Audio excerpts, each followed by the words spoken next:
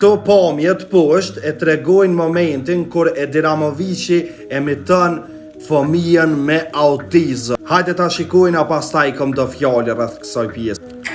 Qërna. Qërna e reagimin e ti shash? Qërë? Subhanallah, subhanallah. Atë nënën me fëmijën me spektër autik, të cilën korbat e kishin marrë me vete. E shka ato hiek nëna shqipërin kujteje, zote dënë.